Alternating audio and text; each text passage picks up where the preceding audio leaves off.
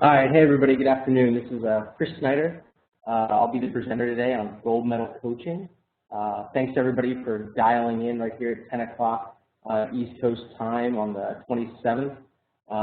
Obviously, we're seeing that lacrosse and learning more to make yourself better is way more important than work on a Friday afternoon. So totally excited that you all play hooky just like me to get a little bit better, make our players better. So it should be a fun time. The presentation I'm going to present here to you guys online as part of U.S. Lacrosse's coaching education program is entitled Gold Medal Coaching, a way to build better coaches and teams by using high performance planning. So I'm really excited to give this presentation to everybody. It should be a lot of fun. So I'm Chris Snyder. I'm the Director of Coaching Education at the United States Olympic Committee. I've been there for coming up on 3 years now, and before that I was actually the Manager of Coaching Education here at U.S. Lacrosse. So I'm happy to be back in good old Baltimore, Maryland. I'm able to do this because the high school team that I'm coaching right now is at spring break, and we had our practices early in the week, and I gave the boys the last couple of days off, so coming here to Baltimore, Maryland was not an issue, as well as things at the Olympic Committee are getting ramped up for the Rio Games in 2016.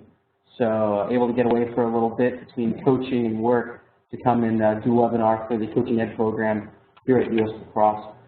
As I said, I was the Manager of Coaching Education here from 2009 to 2012, as well as running the coaching department at the Olympic Committee for the past 3 years. But I've been a high school lacrosse coach for a very long time. Right when I graduated college, I coached college lacrosse, year men's and 2 years of women's at the NCAA Division II and III levels. And then I jumped onto high school coaching.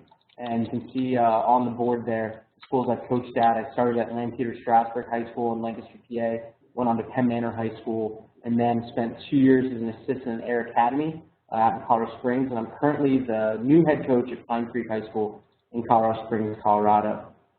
So really, the rags to riches stories of all those programs, except for Air Academy, is they all completely stunk before I came in. And I'm not God's gift to the world when it comes to coaching, but what I'm really good at is developing young athletes, young talent, and maximizing their potential. So at each of Lampeter, Strasburg, Penn Manor, and Pine Creek, really that's what I've done, or that's what I'm looking to do, is to develop programs to be the best they can be.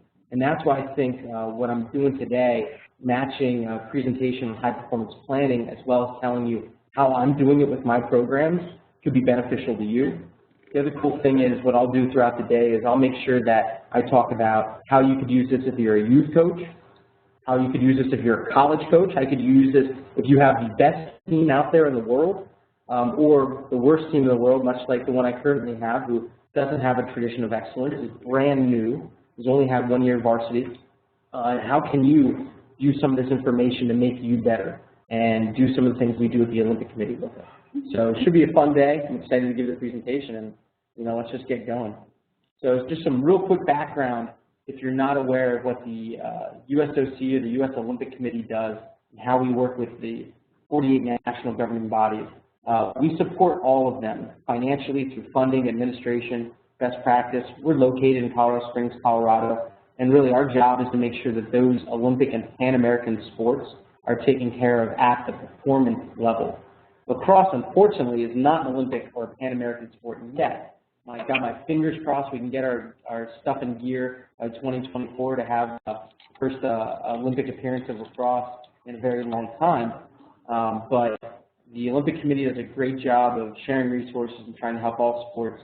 And me being a lacrosse nut, I'm just excited to come back and give some information to all of us as lacrosse coaches from what I've learned from working with the best. What I do in coaching education for Team USA is I work with our national team coaches, and we run a developmental program for them where we literally put those coaches in groups of 10 to 12 and try to get them the best information in the world.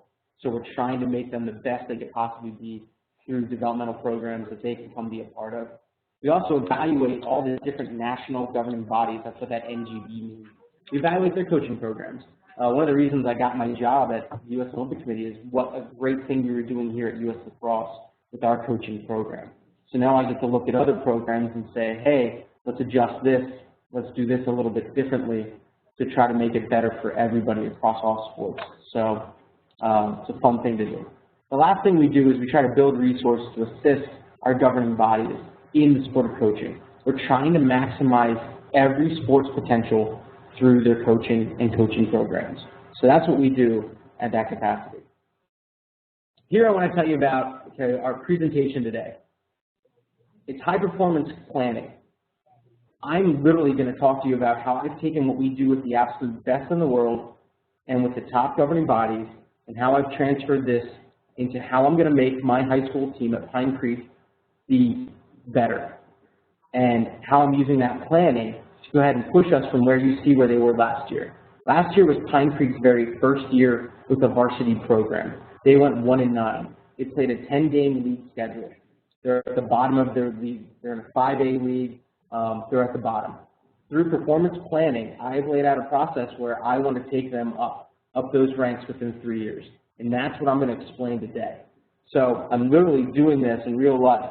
So I can give you real life examples of what I'm doing, how I've transferred this information into something that could be usable for all of us that are joining today and talking through stuff. So here's a little bit more about my team. Okay, my team in Colorado, we're a 5A team.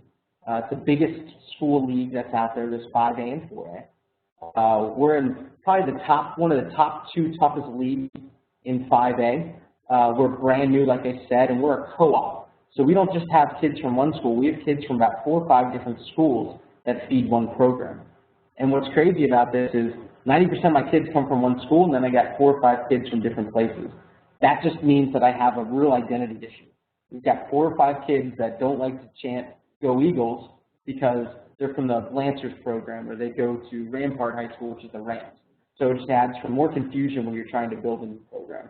Many of us have that when we're coaching youth. We've got our kids coming from so many different locations that we've got to try to build an identity into this. And I'm going to show you how we can use planning to help with that. We've got 22 to 25 varsity players. We've got 42 players at the sub-varsity level, JV and C. So coming in, we've got about 65 players on our program.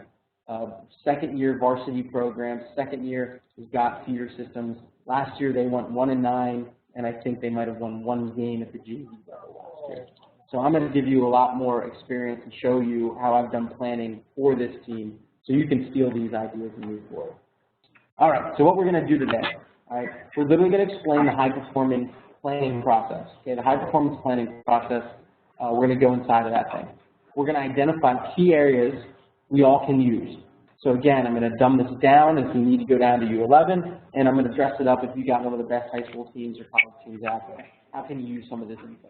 I'm going to try to give you examples and resources that you could really use, and I'll give you my email address at the end where you can shoot me a line if you want it. I'll share all this information with you so that way you can be a great coach, and to me, great coaching is borrowing from others, renaming it, giving it to your kids so you're a rock star, so I'm happy to share.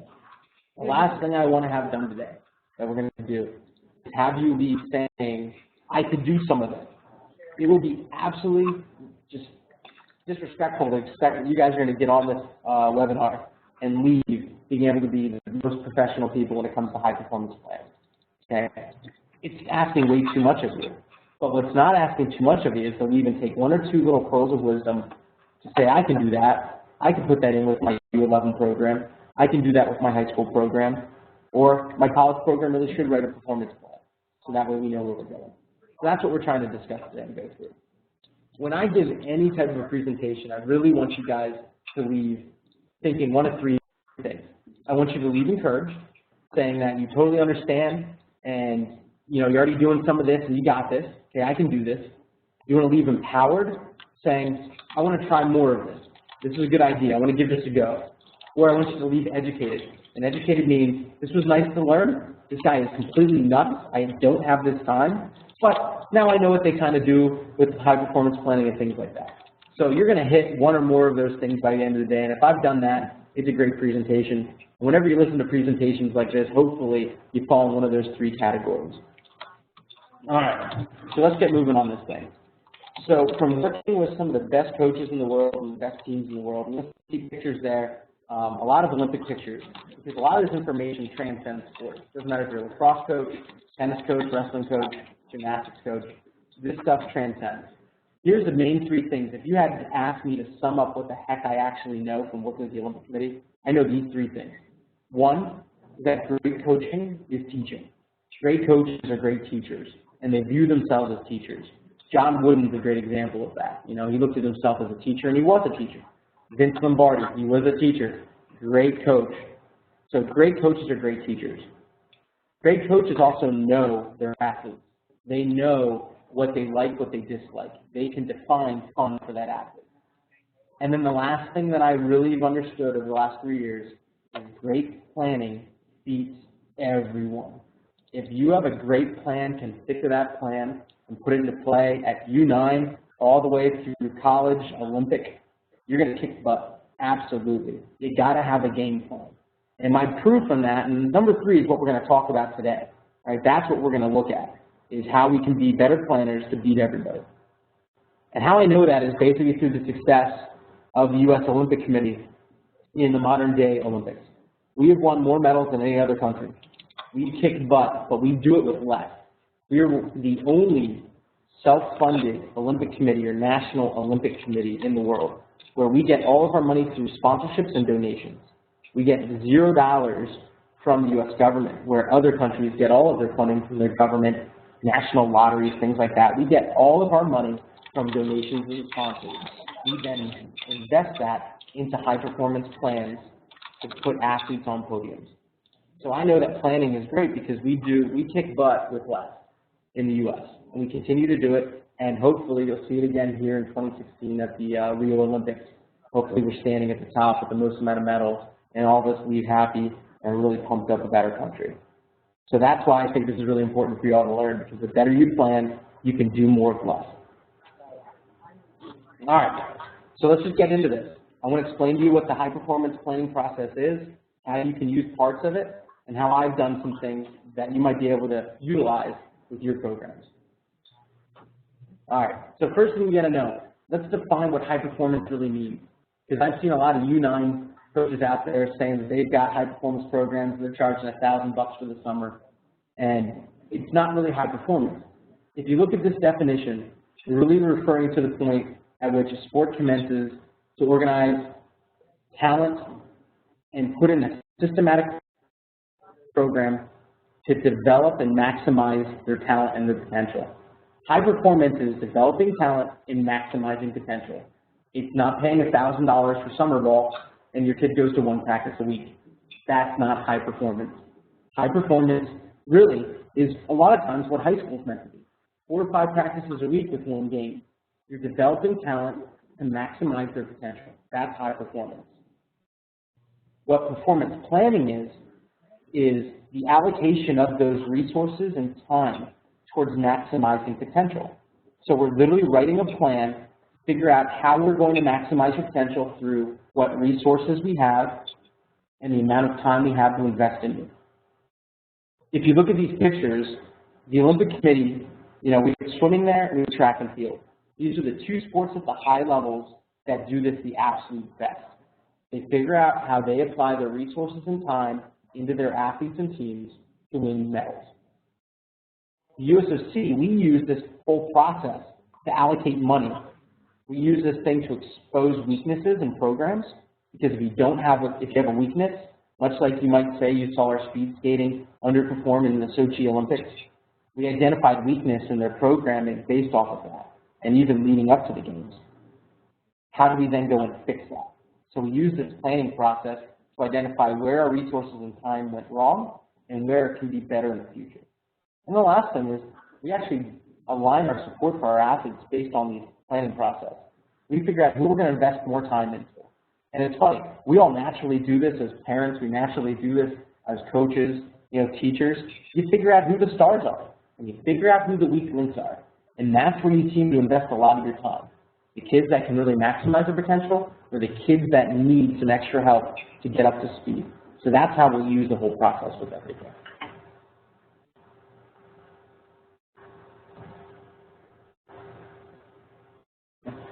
So before I move on, one quick thing that I can do is let's identify what a weakness in your programming might be that we might go ahead for the youth programs. So a weakness in youth programming that you might identify is literally the fact that nobody can use their left hand. You know, that could be a weakness in your programming. It also could be the fact that everybody shows up late, nobody's ever on time. So at the youth level, a weakness in your planning might be those two areas right there, either in your technical, tactical skills or just your administrative skills. A weakness in your programming when you get to the higher levels might be speed, agility, short bursts.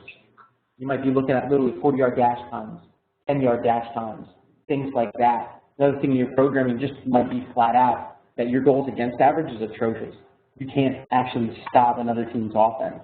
That's where you might be able to identify weaknesses in your programming and whatnot. So there's some areas right away that you might be able to apply some of this info. All right, this is it. This is literally our 6-step performance process. Okay, this is how we plan. And I'm going to go through this with you guys over the course of the next 40 minutes on this thing. So step 1, when we actually write planning and ask our sports to write plans so we can give them money and help their athletes win, these are the 6 steps we ask them to identify. And we're going to go through these. 1 is having a performance mission and operational values. What are you trying to accomplish is step 1. All right. Step 2 is a competitive analysis. Let's analyze who's better than you. Let's analyze where you're at in this platform. And how you would do that is literally what I've done. I took a look at my league, my high school league, and said, where are we? It was very easy. We're at the bottom. We stink. All right, first year program. So my competitive analysis was, how far away is my team from all those other teams that are winning more games? And that's step 3. Okay, identifying those performance factors based on my analysis. What are the areas that we are lacking and need to improve? Performance leadership, our organizational structure, staffing. What do we need to increase in order to get up to speed with those other teams? What do our key athletes have? And our coaching competencies of those athletes. Okay? Critical athletic success factors, aka, are we slower? Do they have better shot selection? Are they putting the ball in the back of the net better because they've got a more of a motion offense? What are we lacking? Is it just overall lacrosse IQ? Is it parts of that lacrosse IQ? What do we identify that are the success factors for our program? And then programmatically, where are the gaps? Where can we get better? So that's step 3 is saying, okay, we analyze, we think. Others are better than us in these areas. Now, where can we get better? Step 4 then is setting targets and setting goals for how we're going to get better. And that's really what good coaching and good planning does.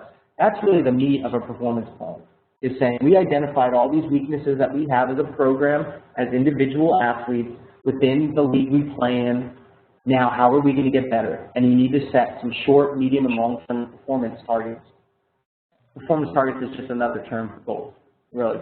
We can keep it simple for ourselves, okay? And then prioritize those things. Because remember, hey, most of us are volunteer coaches. I mean, I'm a head high school coach. Really, the pay is about 25 cents an hour. I'm making not much money at all, and all the money I do make, I'm reinvesting in gas to get to practice, some diamond earring wife so that she allows me to coach, and the other fun things. And you all know how that goes. So you really got to identify how you're going to deploy your team across what time you do have with them. And then, you know, what are some other facility issues? What are some financial things you might be able to acquire that are going to make you better? Many of us have problems with field time, field space. So when you're setting up your parameters, you need to figure out how we're going to get more time. How are we going to use indoor facilities if the weather's bad?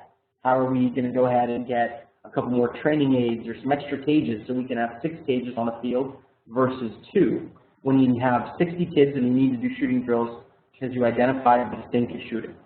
So that's where you need to figure out for those performance targets.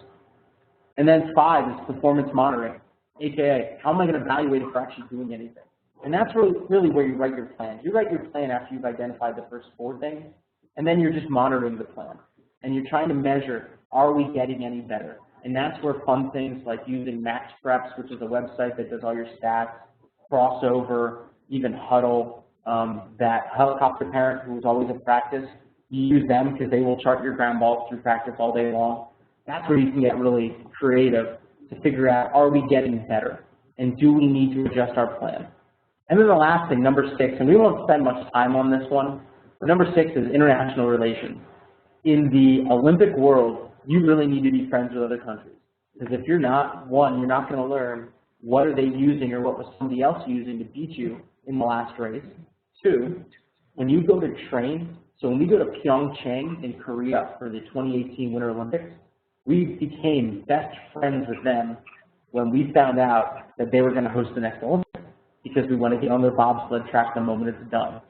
So you have to be friends with people to find out what they're using as well as use their facilities when you're traveling. But we won't spend a lot of time on that because, to be honest, here in the States at the youth and the high school level, from a coaching perspective, we're friendly with people, but we're so oriented on our teams, we don't have a lot of time to really network, or sometimes we're scared to network with other coaches. So we won't spend too much time talking about that. But the 1 through 5 steps is what I want to break down for you and give you some ideas that you can steal and use on your own. All right, so if I had to simplify this for everybody, here's what I could pretty much tell you. The keys to performance planning are this. You got to know your staff, meaning you have a network of experts that can help you whenever you're not sure what to do. You need to know your goals. What's the goal of your team? Write it down, and I'm going to talk about that here in a minute. Know your players. Who's good at what? Many times we don't write this down or even share this with our players. We just, as the coaches, know who's good and who's not. We can tell them why if we're asked for it. Know your competition. What are the other teams doing that makes them better than you? Where are they going? Where are they playing? And how can you get up to speed with them? Then you got to write a plan. Once you know those things, you write a game plan. How am I going to go ahead and coach my team over the next year? I'm going to do long-term season planning. Okay? Then I'm going to do in-season planning. Then I'm going to do practice planning. You got to write a plan. While you're doing that, you got to know your capabilities. Honestly, at Pine Creek High School, I get a budget of $600. To cover my busing, I get $600 to make my team better. My capability is very limited financially, so I invest a lot of time and I buy a ton of balls with that $600. That's what I got. I better not write a game plan where it requires me to buy a lot of indoor time with that $600. I don't have it. So you got to know your capabilities of what you can do and not outlive your means. The other option is you just go and find yourself a really rich booster or parent who wants to pay for everything. And that might help your capabilities. But not all of us have that option. Last step, execute the plan. Okay? Go ahead and put it into play. So if I had to make this really simple, and you could do parts of this, and look at that list. All of us can do parts of this. We can set goals. We can really evaluate our players. We can look at our competition. We can write a game plan of how we're going to close those gaps I talked about. We can figure out what we can and can't do financially and with our time. And then we can try it. No matter what you do, it's the right thing because it's your plan and your trial. All right, so let me break down a couple of these sections for you to make them something you can take away and get better today with. All right, so if you get nothing out of this entire webinar except for one thing, I want it to be this one thing. I want it to be the fact that you got to have a performance mission, you got to have values, and you need a team behind the team.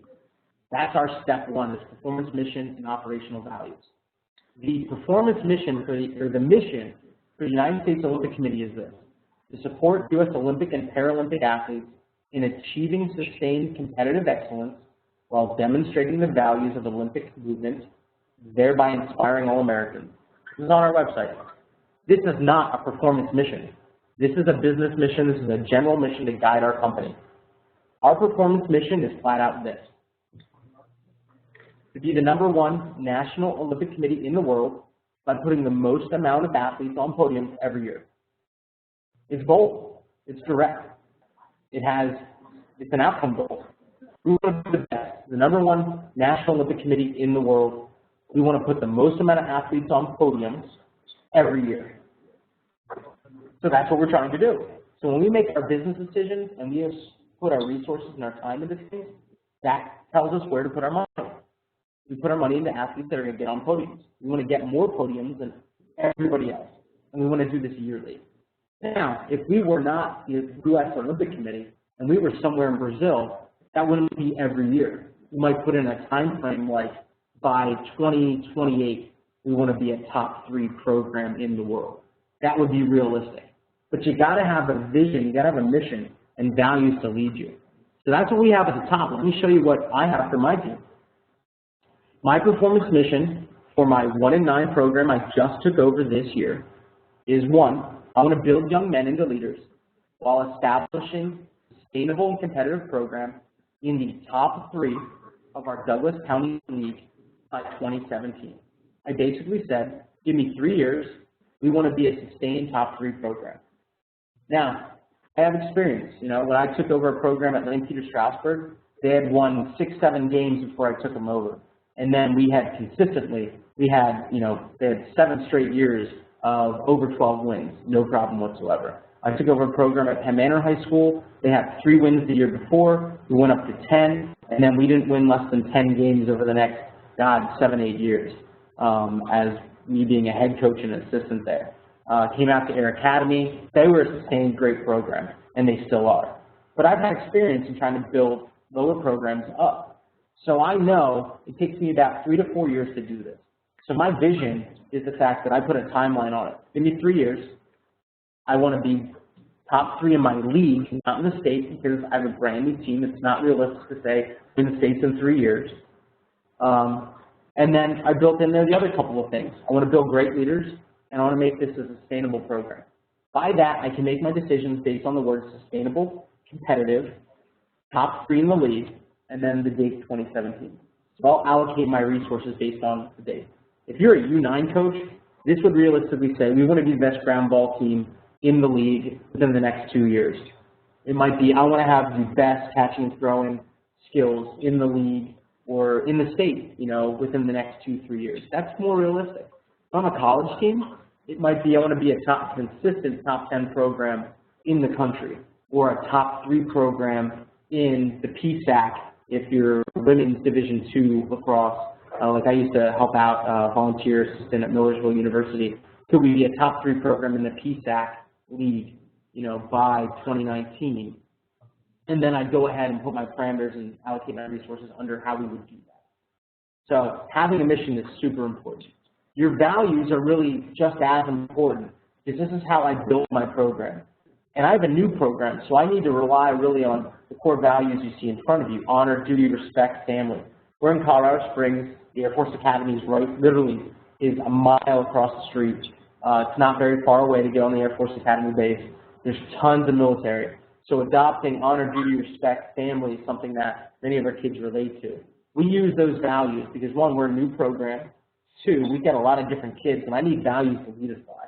So this gets their button gear, gets them more in that, hey, we're coming here to do a job. Now, if I was with little kids, I might not have the words duty. They'll have no idea what their duty is. I'll keep the words honor, respect in there. The family mentality may or may not work. But I've got my core values that I preach every day that really gives us a family unit. I've got a team motto where we go one, we go all. And then you'll see my core training concepts are lacrosse and leadership are developed, not inherent. We strive to grow every day on and off the field of play. Remember, one of my goals is to make this sustainable. I need words and values kids can buy into if this is sustainable. If my goal was just to win a state championship because I was back at Air Academy where we went to the state finals 2 years ago, and if I was still there, I'd say to win a state championship, within the next 2 years, I might not have that lacrosse leadership, develop those kind of words. It might be literally performance and win. And that's okay if that's the program I have, to say performance and win. So the last part of this, you got to have a performance planning team, and this is one of our key things we have at the Olympic Committee. You'll see here, basically, first step of writing a performance plan is who's your team to help you write the team and hold you accountable to the plan, and who's going to help you write the plan, who's going to help you evaluate it. You'll see here, we have whoever is the executive director of sport, okay, who's the high performance director, technical director. You get your national team coaches to help you write this. Your coaching education director, someone like myself, will come in and help write the plan. And then your national team athlete representative, maybe another team leader, and then a performance director at the U.S. Olympic Committee, an outside group. That would be the team we try to put together to help write a plan at the highest level. What I want to know from you guys then is think about it right now on your own. Who's your performance team?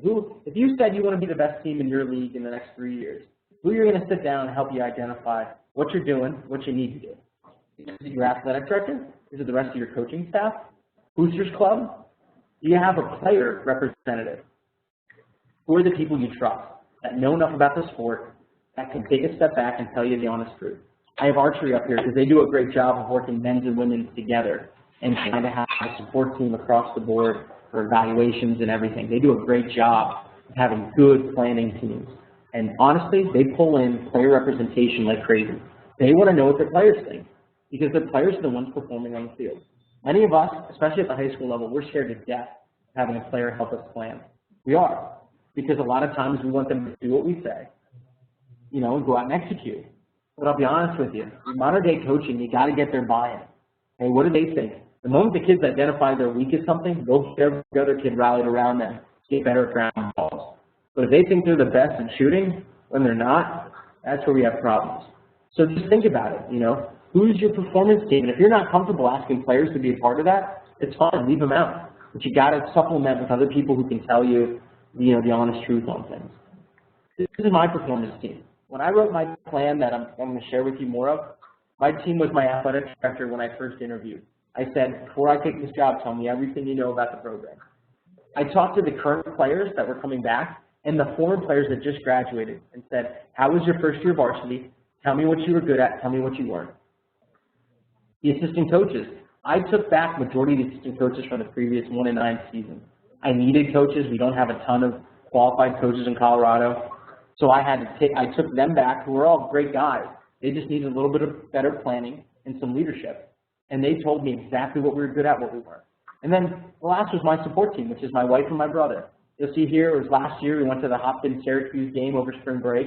My wife has coached competitive lacrosse, boys lacrosse at U9, U11, U13. And I say competitive because she's a good planner, she's a good coach.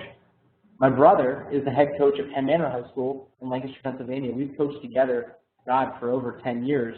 And he's a great head coach in Pennsylvania. And he'll tell me exactly to my face, so will my wife, what we're good at, what we're not. My wife is great. She'll sit in the stands and during games she'll send me a check saying, you need to pull your goalie, or your face-off guy's getting destroyed. She is Captain Obvious, you know, to remind you, hey, look, dude, like seriously, get over yourself, get somebody else in there. So it's great to have that performance team. But you need to think about that. You know, do you have a friend who's coaching college? Do you have friends in other programs who will honestly tell you what your team's good at?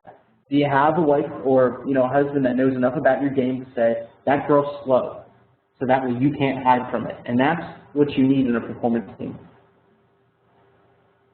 So here's my review from this small section, okay? And like I said, if you get nothing out of this entire webinar, get this. Have a mission, have some values that are going to guide you in your mission, set your goals for the future, and then get a planning team around you that's dedicated to success. And surround yourself with those people who are going to help you stick to the plan and help you put out a plan that's real. If you do that, you've just gotten better today. So if you hang up right now, I won't be mad at you if that's all you got out of it. But now I want to go a little bit deeper and show you some of the other things that you can do that can help you write a plan to make yourself successful. So here's kind of the gut of this thing. Part 2, competitive analysis, performance factors, and then targets, initiatives, and resources. How do you allocate your resources? So let's go into this. This is where you got to know your team. This is where I'm asking you to evaluate your team. And U.S. Soccer has laid this out really well. They look at their athletes in 4 areas. They look at them through technical skills, they look at them through tactical skills, through physical skills, and what's called psychosocial, which is really mental training, coachability, resilience, those factors. They look at them in those 4 key areas, and it really makes sense. I mean, if every sport in America evaluated their athletes this way, we'd be on a common language, and I think we should. It's something we're striving towards. But technical, tactical, physical, and mental, or psychosocial. How many of us really have evaluated your players and your team as a whole in those areas? We say we do. We don't write a lot of things down. I know. I mean, I'm a coach. I don't have a lot of time to write things down during practice. I've gotten better at it, but I used to never write anything down. But now, the key is you got to know your team and what they're good at and what they're not, player by player. You can do that, you'll be more successful to write a plan for success. Here's an example of a player evaluation. I'm happy to give these to you. And U.S. Lacrosse is working on these right now. Here's a player evaluation we designed that does physical, technical, tactical, and then psychosocial. and just have some quick 1 through 3 evaluations you can check. I've used these. I used these back in fall ball training, and I'm using them right now, literally right now over spring break, to give my players feedback on what they're good at and what they're not. Once I mark them up, I give them to my players, but I photocopy and keep it for myself to know what my players are good at, because I need to identify the gaps and where to get better. So right here, you know, the psychological side of things, coachability, effort, teamwork, respectful, focused, a 1 through 3 rating, 1 being not so good, 3 being great, 2 being average. Okay, I'll comment, and then on the back of it, you'll see here, this is the back side of the evaluation. We explain what physical, technical, tactical, psychosocial means. Okay, so that's something you could use yourself, and I'd be happy to send them to you. I know US Lacrosse is designing them up nice and neat, putting them out to the world. But you got to use evaluations like this so know your team and know what we're good at. So there's another thing you should be doing, evaluating your players so you can have a game plan of how to make them better. Okay? Here's some more examples of what you could do. Player and team profiles. This is my favorite one. So I'm evaluating my team, right? Doctors keep records of their athletes from year to year. Why don't we as coaches? So player profiles. Can I literally have a player profile that every single year I take a look at and I add information to about my athletes? So here's a player profile that I keep. I haven't filled it in, but it's a blank. I've got information about the athletes, their height, their weight, what school they go to, their grade point average, because I track grades like crazy. I'm a high school coach. Other sports they play, their club team, their position, strength, weakness, career highlights. If they have a highlight video or just a video of him, I'll put it in here, honors and awards. And every year I update this. And I try to give these out to our youth program coaches that are in our feeder program, just to keep track of the kids. If they can do this, it helps me to know who I'm getting. So this is a simple thing that you could steal and just fill these in for each kid. Give it to a booster parent. Let them fill it in. Let the kids fill it in. Who cares? Let them write it in. What's their strength? What's their weakness? And then you go ahead and keep track of it over the 4 years you have them or the 2 years. There's an idea of how to evaluate your athletes better. Another thing that I've been doing is I consult last year's coach and next year's coaches if I need to. I need to interview them about my athletes, who I'm getting. If you guys all do this, you've gotten better today. Next year, based on these questions, you ask that coach, what was your coaching philosophy? How often did you train and practice? How was your offense, defense, special teams? Explain how you prepared your team leading up to a game day. If you find all this information out, you're going to know what to expect from your 9th graders coming in or those U11 players coming up to U13. College coaches call me all the time when they recruit one of my players that's going to really contribute. They want to know, what am I doing? What's he good at? What is he not? How did you pump him up? How did you help him get better? So if you just take this interview sheet and go ahead and call the coach that's feeding you kids, you're going to get better today.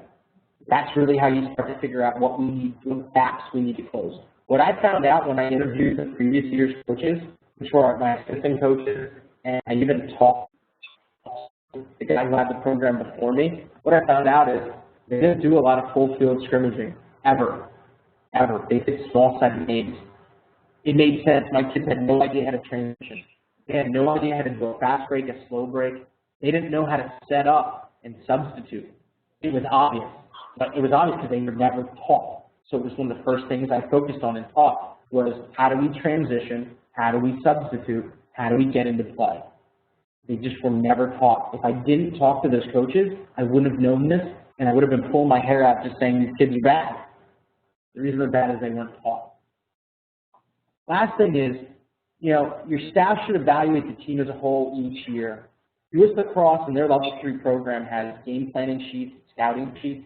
I won't pull up through the time, I'll rip through this for you guys, but I'll share those with you. So if you shoot me an email at the end of this is done, I'll share with you all these resources. I'll put a resource package together and give it to you guys so you have it if you want it. But you got to scout your team and have others scout your team.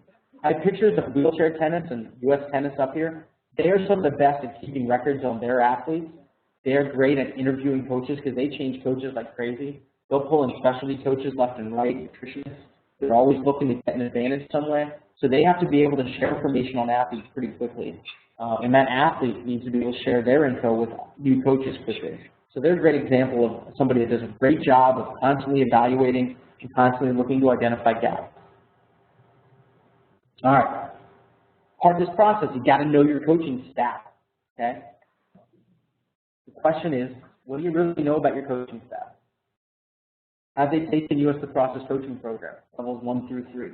If they haven't, do what I'm doing. I'm making this year, first year with my coaching staff, not a lot of requirements. Next year, I'm going to say I want you guys all to make sure you're up to level 2 in the coaching certification, and then the third year, we're level 3 certified. Why? We got a common language. I know you've been taught it, and as a coach, if you can't teach it, I'm going to get rid of you and get someone else who can. It's kind of firm as a head coach, but that's the way I think. I need you to help me. I get 62 kids. I mean, how many of you guys out there are coaching on your own with 30, 9, 10, 11-year-olds, and you got a bunch of parents helping you? The parents have never been educated. You can't maximize your kids' potential if those parents don't know a little bit about lacrosse. Get them to the US Lacrosse coaching program. Go to NFHS Learn. It's the National High School Federation. They've got a bunch of fundamental coaching courses. They cost a little bit of money, but it'll get your coaches educated, and now you can help maximize your athlete's potential through your staff. The things I have here, who is taking what key building block to maximize their potential? I've broken up that I have a coach that's really focused on technical. I normally have a tactical coach, I got a physical coach, and then a mental coach. I've got a coach who will walk around, talk to kids. Hey, he's Coach Joe. He's one of the best coaches I've ever coached with. He has a Native American roots in him. He's coached for a very long time. He's my mental coach. I asked him to go talk to certain kids. He does a great job one-on-one building relationships. He's my mental coach. Physical coach, that seems to be me a lot of the time. I'm the guy making you run, doing a lot of the evaluations, making sure you listen. Technical and tactical, I have other coaches set to kind of really focus on that stuff. Figure out your coaching staff, what they know, because that's a performance gap, what we do and don't know. And if you're really bad at the physical part of it, get some training. Evaluate to understand if you are effective, okay? I have coach evaluation sheets and best practice sheets that I want to share with you guys. Just based on time, I'm not going to pull them up. But really, I have sheets from Kathy Sellers, who used to be in my position at the Olympic Committee, and from Dr. Cote, who has helped the Canadian Olympic Committee develop some great evaluation sheets you can use to have your coaches evaluate you, your athletes evaluate you, as well as some best practices of how you can use that information to know if your athletes are getting better. And I'll be happy to share that stuff with you guys. So, but my key point is know your staff and know what the athletes think of your staff. If you do that, you can identify some gaps. Okay? Third, know your competition. I use Max Preps and Lax Power like crazy to know for the high school level. Both of them show me what my competition's up to. And also they have historic figures, statistics that I can look at to see that Mountain Vista is always shot somewhere around 50%. You know, to see that they're always killing 83% on their man down, or they're always scoring at least 40% of their man up. So I know what I need to strive to. Okay? What I do then each year is this middle part, who's a win, who's a loss, and who's a draw. I look at my season schedule and I say, who should I beat, who am I going to lose to, who am I tied with? And then the last part is I look at my draws and my losses, and this is where I actually figure out, why are they better than me? How do they train? Where do they play in the off season? Who do they have? What great players do they have? And how can I make my players like them? That's where I get my analysis to figure out, how do I write a game plan to make my team better? If not, I'm just throwing darts in the dark. I'm just throwing them at the wall, no target in mind. With this, I can say, I want to be as good, if not better than those teams. What do they have, and how do I beat them? So that's really what you're trying to know from your competition. Okay? What can I steal? I always throw that in there. What can I steal from them? What drills are they doing that are making them better? Great thing to do. I love watching warm-ups. Everybody stands at the midfield line and looks at the other team's goalie. I've never looked at the other team's goalie. I don't care. I know if we shoot high right or non-6 side, we're going to score. But I'm looking at your warm-up drills. What great warm-up drills do you have that I could steal and put into play? Because, man, if you can move the ball in your warm-ups, I know you're going to move the ball in your offense. So what things do you do I can steal? It's a great thing to have. All right. So let's go back to my performance plan. Here's what I did. I literally did a statistical analysis of my program. You 11 coaches right now that are on the phone are probably saying, I'm never going to do this. Guys, it's really easy. Okay, if you just look at it, I just did a goals average. We scored 5 goals last year, average a game. Not a lot. We gave up 12 goals a game. Every one of us could do that based on the scores at the end of this year. Our record was 1-9. I looked at my players, the strengths. We had great goalies, and I'm going to get great goalies back. We were pretty good on faceoffs. We were winning about 70% on faceoffs. That's really good. And we had good middies, and we were getting all those players back. The weakness, we had crappy attack, crappy defense, and we had horrible team management. Like I told you, my kids didn't know how to transition. They never played full field in practice. They never learned how to break out. So that was our weakness. Really quick identification. You'll see that team rating, offense was an even, defense was a negative, goalie was a plus, faceoff was a plus. Overall, I gave myself kind of a -7 rating. All right, basically, we're about a goal differential of 7. Every team was beating us by 7 goals. All right, and that's how we had to go ahead and get better. Now look, below that, I identified the games that we played really bad. Highlands Ranch and Chaparral, we played really bad. The games that we actually didn't play that bad, we had a split average, meaning that we got beat by less than 7 goals.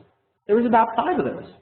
And then we had 3 or 4 games last year. We played really good. Now, they didn't go our way at the end of the day. We only got 1 win out of those 4. But I identified the teams that we could beat those teams next year. All right? And then I put some notes. Okay, just information about we're a large school. We've got only 1 theater program, so I can focus on them. We got really good facilities. We got large numbers. That was my analysis of my team. All right?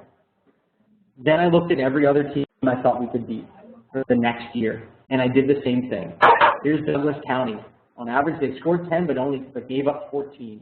So they're a -4 in my rating because they're giving up 4 goals more than they're scoring. I looked at their save percentage. I looked at their senior players. Their strength was that they're going to have senior players in offense. They have a really bad defense, bad goalie. They don't have any depth. Okay. I looked at their traditional record. Look at the bottom in red. This team is always 5-10, 7-8, 4-11, 1-14, 3-12. There's nothing there to indicate that they're getting better. Okay, status quo. I'm going to set my targets on how do we beat Douglas County. Legend High School. They're scoring 7. Okay, giving up 9.6. Goalie's pretty average. Okay, yeah, they're only like 7 or a 3-goal differential, but I'm saying they've got no defense and no depth. So I'm looking at their tradition, 4-11, they're 5-9, 6-9, 1-14. Again, nothing there telling me they're trending upwards. And this is no disrespect to their coaches. They're all great guys, and they're all doing their best to get better. But there's something going on there that's not letting them get better. And then I did this for Lewis Palmer.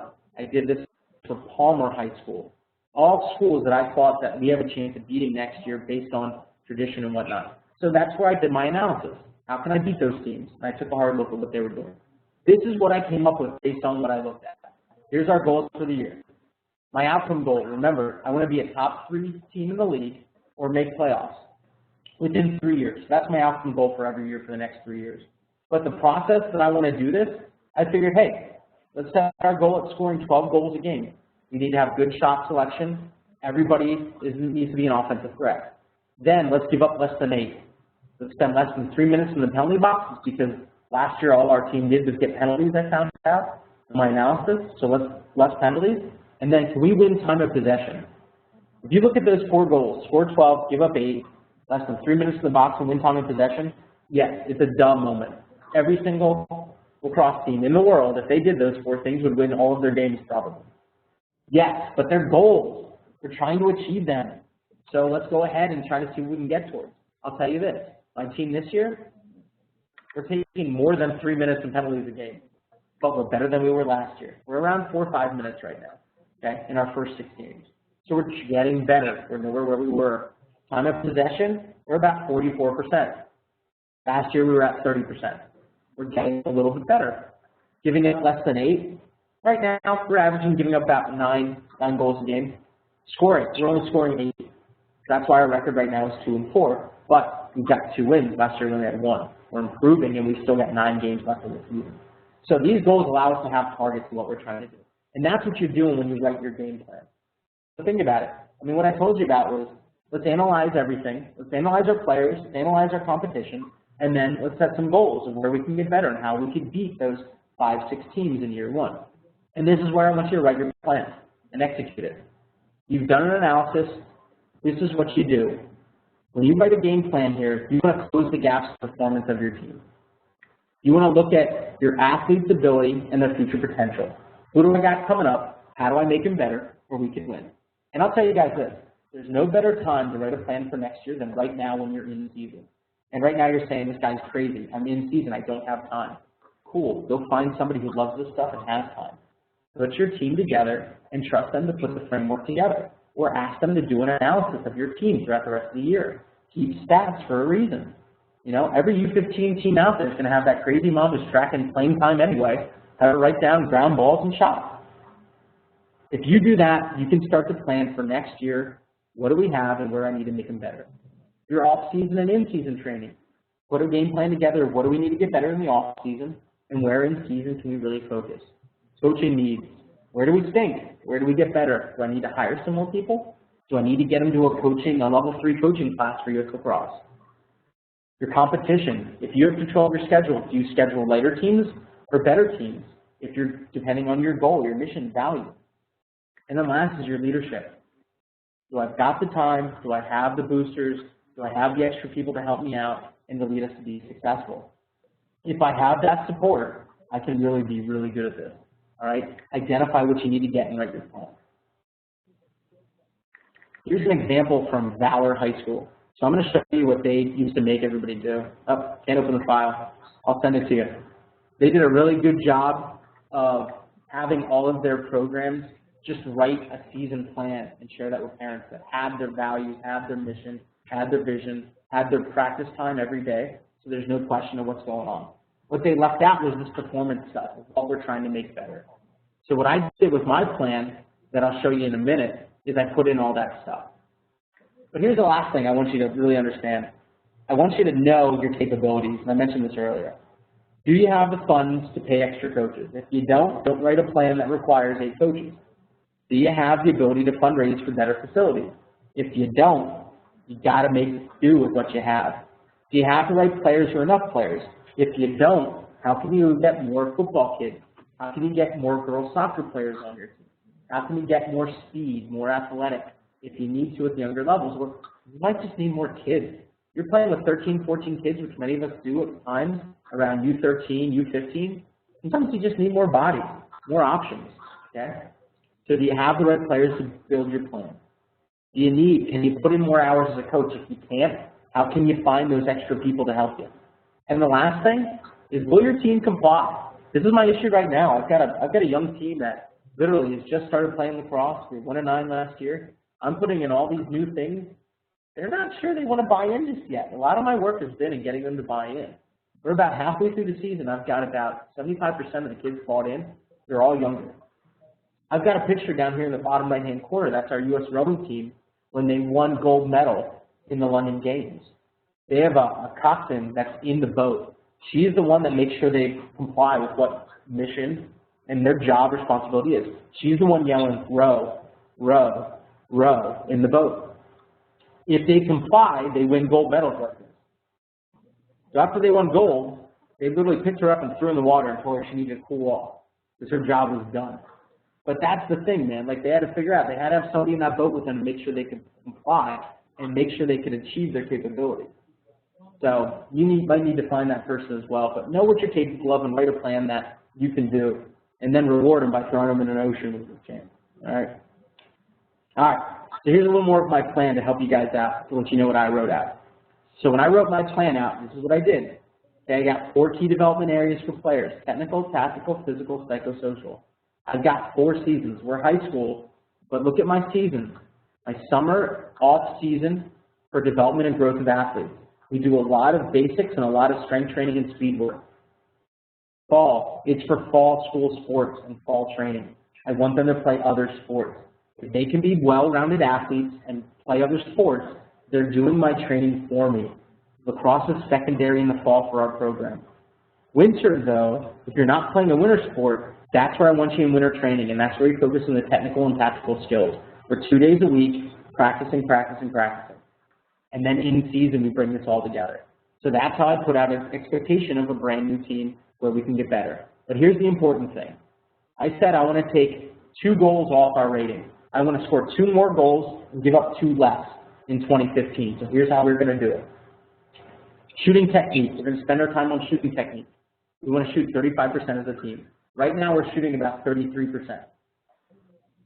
One-on-one, on-ball defensive play.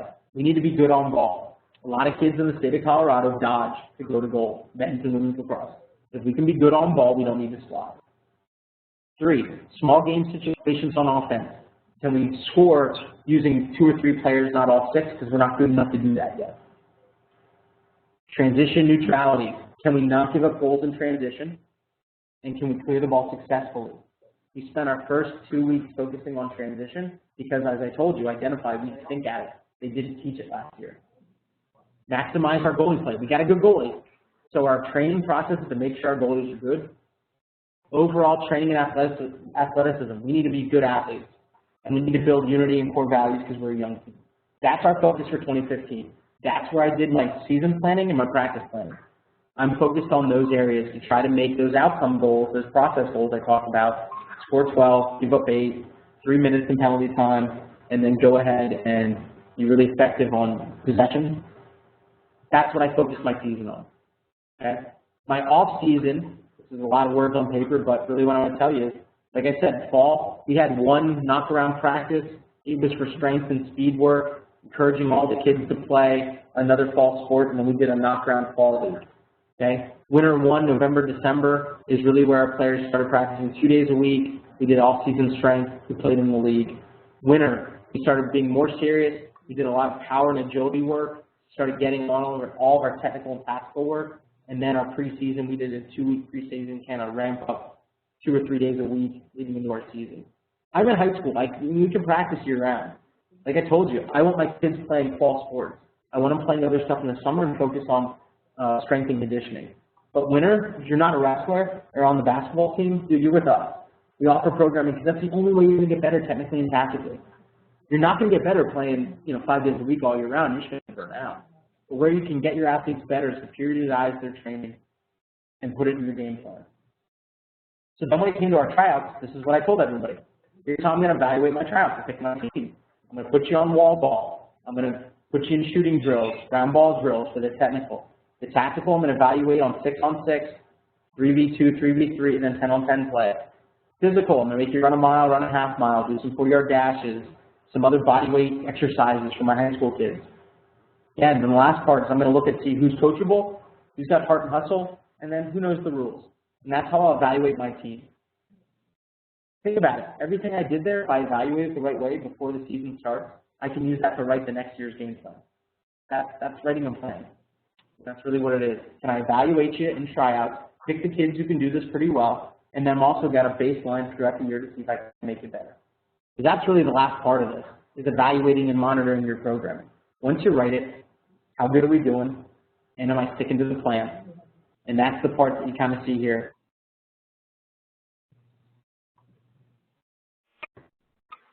Okay, step 5 is evaluate your program, measure it, okay, and go back to the plan. You're good. Weights, getting better. Great picture there from one of our players. That's our field that overlooks the Pikes Peak right there. It's great visual for our kids. And we're doing great off-season training, based on our performance plan, trying to get better.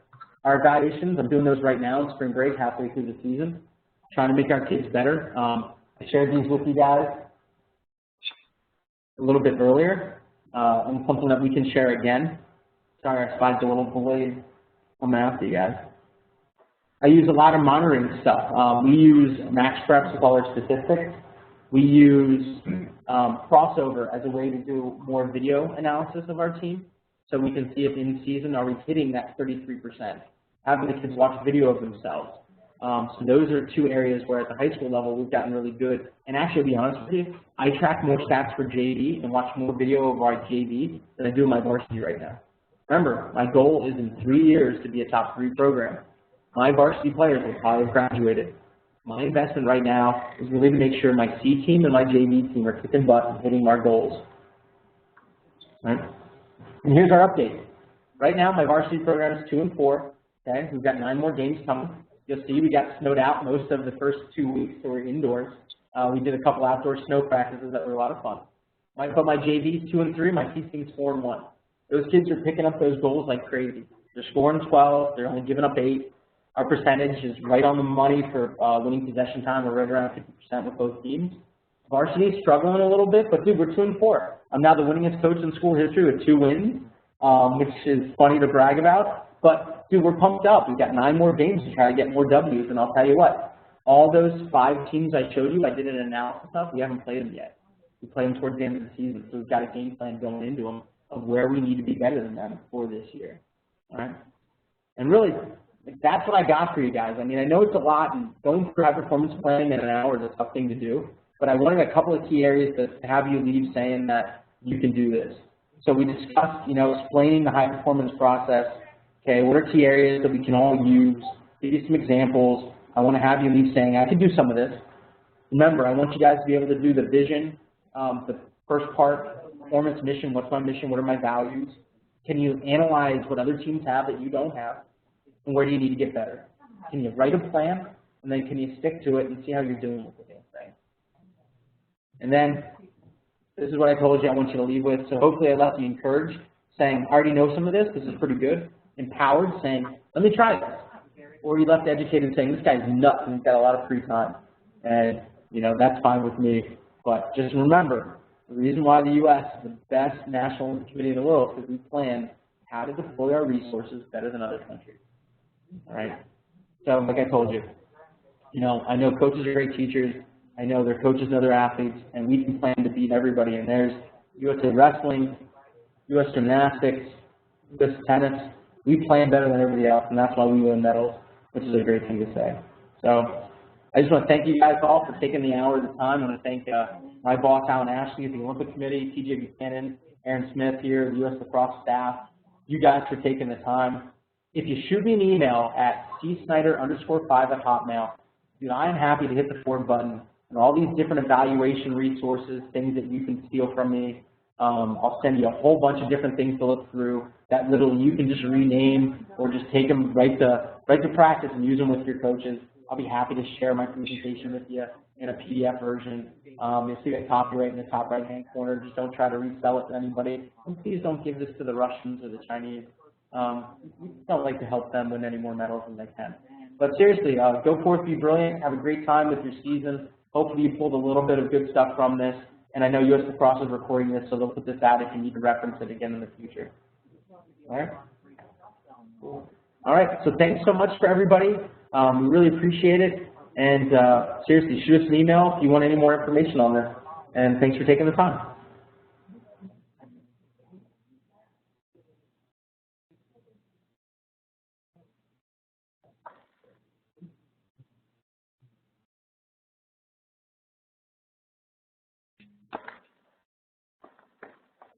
Yeah, they'll be staying.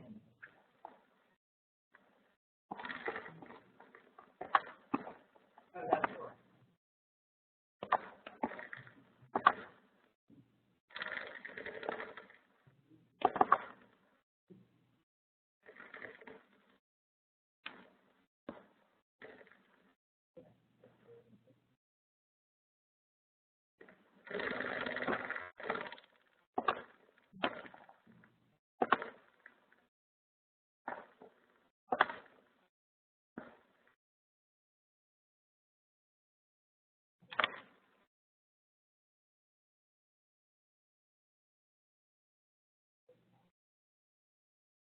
Okay, so let me get this straight. So we're all going to be on board and working. So if we wanted to get started.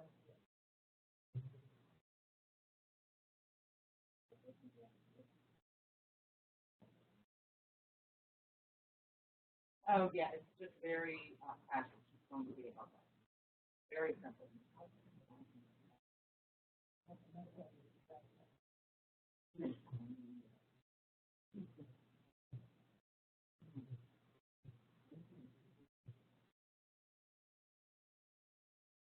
Okay, so you would probably convince one of our staff and you would say to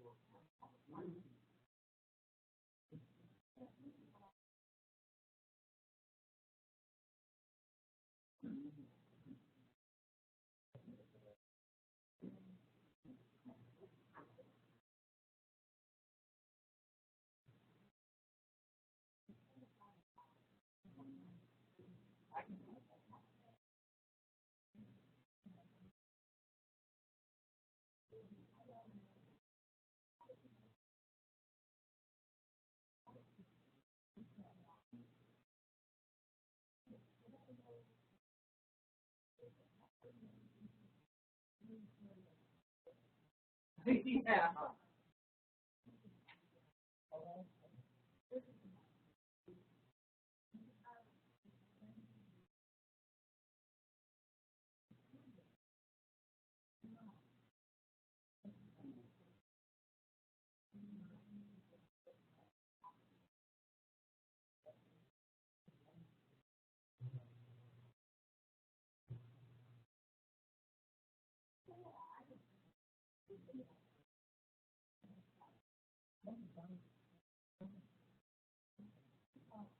Oh, I don't know if I can do that. I'll have to think about who our, person is. But I'll find somebody.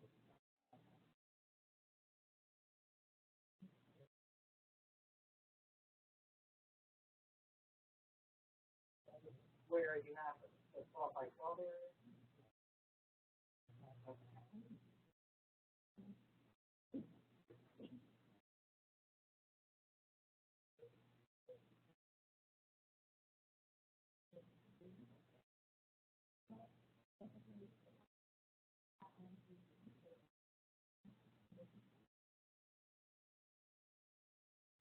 I was bitching about it this morning. Saying, shut up.